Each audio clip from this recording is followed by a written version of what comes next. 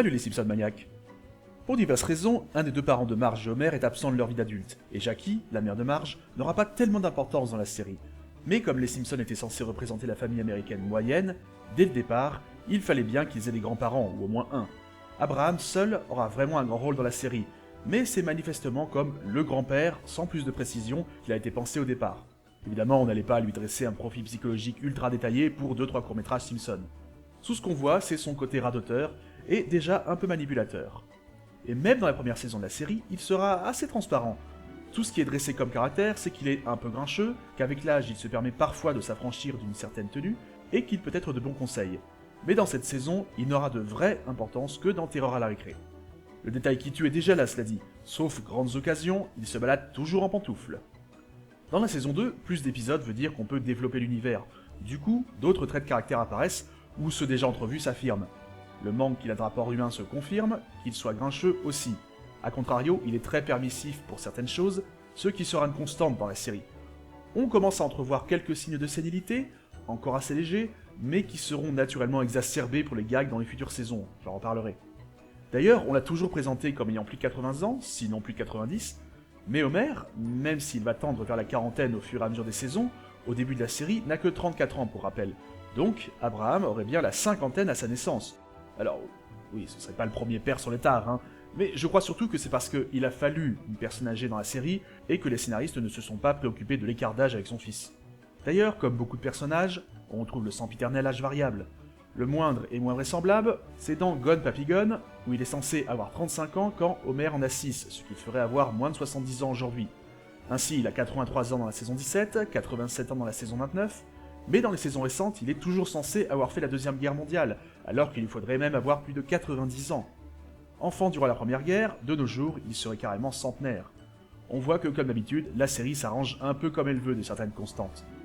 Comme son passé, ou sans aller jusqu'à dire qu'il peut rivaliser avec Homer, on peut souligner qu'il y a une belle collection de métiers aussi, et là où le fait qu'il perde un peu la boule pourrait vouloir dire qu'il invente, d'autres sources viennent confirmer nombre de ces histoires, qui sont donc, dans la logique de l'épisode, censées être réelles. Mais si on se penche juste sur ses états de service militaire, déjà là il a fait un peu tout et n'importe quoi, et il a été plus ou moins compétent aussi.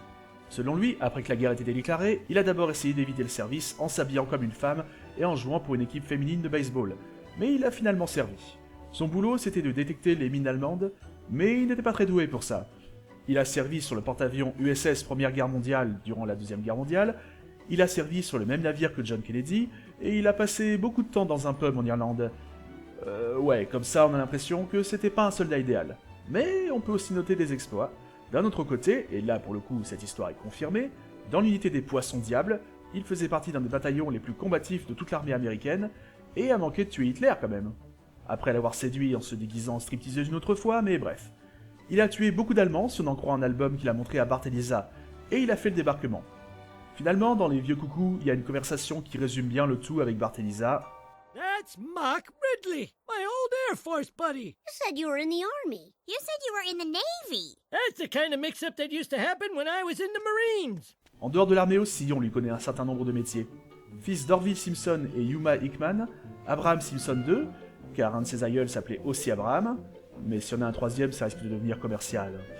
Abraham, donc, aurait, selon lui, émigré en Amérique, mais un épisode de la saison 21, La couleur jaune, le contredit. Sa famille serait dans le pays depuis des générations, et là, il y a des preuves. Abraham est le nom du grand-père de Matt Groening, et accessoirement son deuxième prénom. Mais figurez-vous que Matt n'a pas voulu donner le nom de son propre grand-père au grand-père des Simpsons, et il a laissé les scénaristes choisir le prénom. Or, par hasard, c'est tombé sur Abraham. On apprend son prénom dans Un amour de grand-père, bien que dans un flashback de Fluctuate Mergiture, 2 épisodes plus tôt, Mona le nomme par son diminutif, Abe. Le côté difficile à vivre dont je parlais pousse les autres membres de sa famille à l'ignorer. Déjà, quand on voit des scènes se passant dans sa jeunesse, on pouvait noter une attitude froide et un caractère difficile à vivre, et c'est une des choses qui a poussé Mona dans les bras de Mason Fairbanks et à adopter une vie contestataire. J'ai d'ailleurs l'impression que certaines histoires de son passé, narrées par des épisodes plus récents, ont tendance à adoucir le personnage. Si vous avez vu ces saisons-là, je ne sais pas ce que vous en pensez, mais pour moi, il était durant longtemps présenté comme assez rude avec quelques bons moments épars, là ce serait l'inverse, assez sympathique en général, avec parfois quelques moments plus rudes.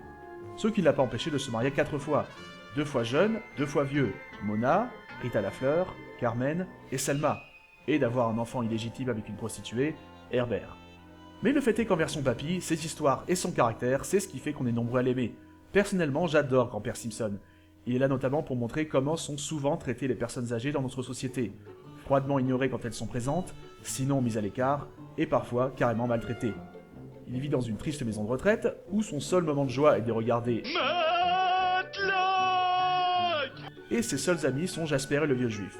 On a des scénaristes qui adorent écrire sur lui ou sur Monsieur Burns, ça les fait marrer d'utiliser des vieilles expressions ou du vocabulaire très soutenu et presque poétique pour Burns dans les premières saisons, tout en reconnaissant, pour rester sur Abraham, que ce n'est pas évident d'écrire pour un personnage ennuyeux dans la diégèse de la série et qui soit drôle pour ceux qui regardent. Au pire, quelques habitudes comme s'endormir au beau milieu d'une conversation seront appelées à la rescousse.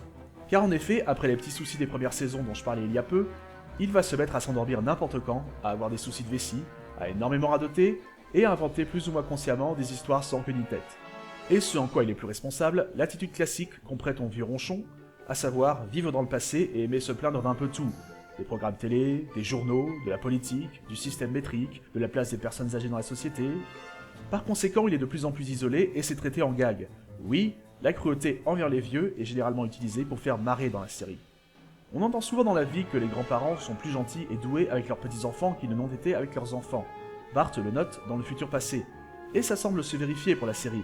Abraham est loin d'être un grand-père parfait, mais si on exclut son radotage et ses absences, il est plutôt gentil avec ses petits-enfants, même s'il n'est pas le papy traditionnel tel qu'on se représente. Il est souvent de bons conseils avec eux, il les garde souvent, du mieux qu'il peut, il les gâte et on sent qu'il les aime. On voit dans un autre épisode futuriste, enfantin, dans la saison 27, que Bart se rapproche de lui en grandissant. Et justement, pour dire du bien d'un épisode HD, vous voyez, ça m'arrive. C'est tout con, mais dans cet épisode, voir Bart adolescent se recueillir sur sa tombe dans une scène plutôt sobre, ça m'a fait un petit quelque chose. Et pour en revenir au futur passé, encore une fois, la leçon qu'Homer donne à ses petits-enfants sur les relations père-fils est tout à fait raccord avec ce qu'on a vu au fur et à mesure des saisons. Car Abraham et Homer, ça a souvent été compliqué.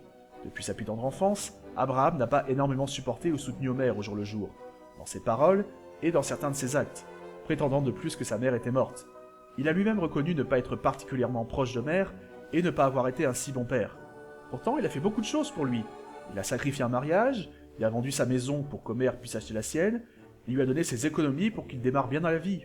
Et ils ont partagé quelques beaux moments de complicité. Mais leur relation contrastée fait qu'Homer n'a pas hésité à l'expédier dans une maison de retraite miteuse et se contrefiche de lui généralement, jusqu'à passer le stade de l'indifférence durement sentie par Abraham à la pure méchanceté. En clair, c'est une relation de « je t'aime moi non plus » entre eux. Les deux ont des choses à se reprocher, mais au final, je préfère retenir les bons moments. Moi, t'as jamais essayé de me tuer, juste par indifférence. Il y a bientôt 5 ans, lorsque la mort d'un personnage a été annoncée, qui finalement sera celle du père de Krusty, Abraham faisait partie des favoris. Il faut dire qu'il est celui qui se rapproche le plus du grand-père traditionnel des familles dans la série, et arrivé à un certain âge, il y a un risque. Mais je ne croyais franchement pas que la série le ferait. Ça aurait vraiment été dommage. Est-ce que les épisodes où il est le personnage central sont toujours des réussites? Non, clairement pas. Il y en a des très bons, tout comme des moins bons, mais ne serait-ce qu'en personnage secondaire omniprésent, il est trop savoureux pour qu'on s'en sépare. Et puis, après tout, comment conclure autrement qu'en le remerciant? Oui, car, si on en croit ce qu'il a dit, c'est lui qui a inventé les water quand même. Alors, merci Abraham. Allez, ciao à plus les Simpson maniaques.